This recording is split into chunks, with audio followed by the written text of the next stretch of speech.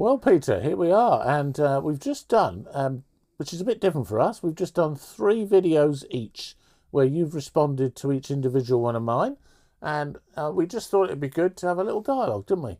Yeah. And so I just want a quick recap. We've done a little bit on Mark 135, which was about going to a solitary place, and we did a bit on going to alone on your own to a room, in where Jesus taught us the Lord's Prayer out of that, and talked about how we shouldn't be showing off our prayers in front of people.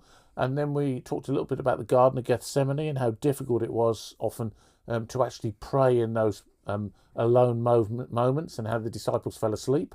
And I just want to unpack a couple of things from that and see if you've got any responses of the things that we shared together. So my first thought is, when I was going through Lent once, I decided that I'd go off for the day, and each day of Lent, and try and spend 30 minutes to an hour just unpacking for myself the stuff that was going on for the day. So I'd kind of throw off with God. I'd say something like, I don't want to be thinking about what's just happened, especially if it's stressful. I don't want to be thinking about what's into the future, especially if it's stressful. I'm just going to go off for a walk in the countryside, maybe by a river or through a wood, and I'm just going to acknowledge that you're with me, Lord, and that your presence is there. And if you want to say something to me, that'll be brilliant. If you don't, I'm just going to love being there and enjoy what you've provided for me.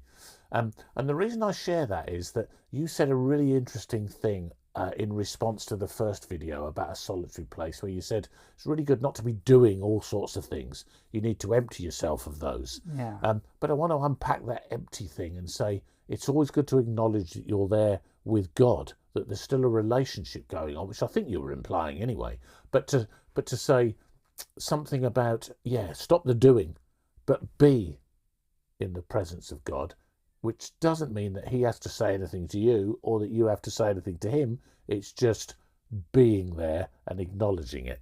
And I found it a really helpful process. And I just wonder what your response to that was. Have you any thoughts on what I've just shared there? Yeah, my question is, do you think empty is the right word? Because there is a sense that you want to be in solitude and sort of not have things distracting you. So you might have a glass of Coca-Cola and then you empty it. Now it's empty. Yeah. But you fill it with the equivalent of the Holy Spirit, which might be water. Yeah, I'm with you. So I think, is there a word, I'm wondering, that isn't empty, like the empty glass, but is ready to be filled? I think I've got a response to that. Yeah. It's interesting. I love the way you've put that. I think I want to say presence. Yeah. Rather than emptiness. Presence means you don't have to be doing anything. No. I'm in a room with you now. I'm present now. I'm actually doing something because I'm talking to you. But I'm actually, if we didn't say a word to each other, it would be fine. It's like when you're watching TV, you're focused.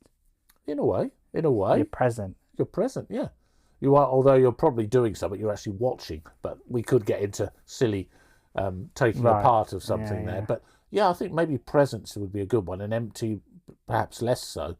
But I think it's created that dialogue by doing it. Very interesting. So that's fair enough, isn't it? So acknowledge that. You also said in the second video, you talked about God may be found, a sort of inner divine, and don't show off. And I think I loved the bit, God may be found.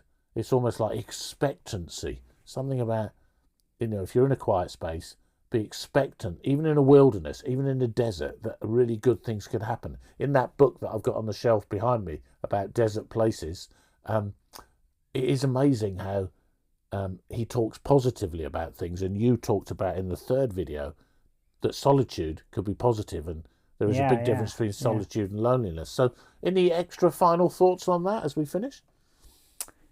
So I don't have anything to add. What you're saying is brilliant, but what I would ask... It's not brilliant, but anyway. Was Jesus alone? Well, he wasn't alone, he was with the Father. Because there's that whole concept of the Trinity of God, Father, Son, and Holy Spirit. Yeah. So Jesus in the Garden of Gethsemane was talking to the Father. So it's a different setup being like Jesus. He's with God. He is God. But he can still have solitude. Yep. He can still pray. He can still do all those things. But we have to maybe some of these words... I think the difference there is that it's talking about, that's where you have to be slightly careful with the word inner divine, because God is God and man as Jesus. It's that complicated thing that's a mystery, being God and man. But we're not God and man, we're just man. Yeah. I think sometimes finding a better word, because I like presence rather than emptiness. Yeah. Brilliant. Okay, that's our little debrief on those 6 videos. Thank you.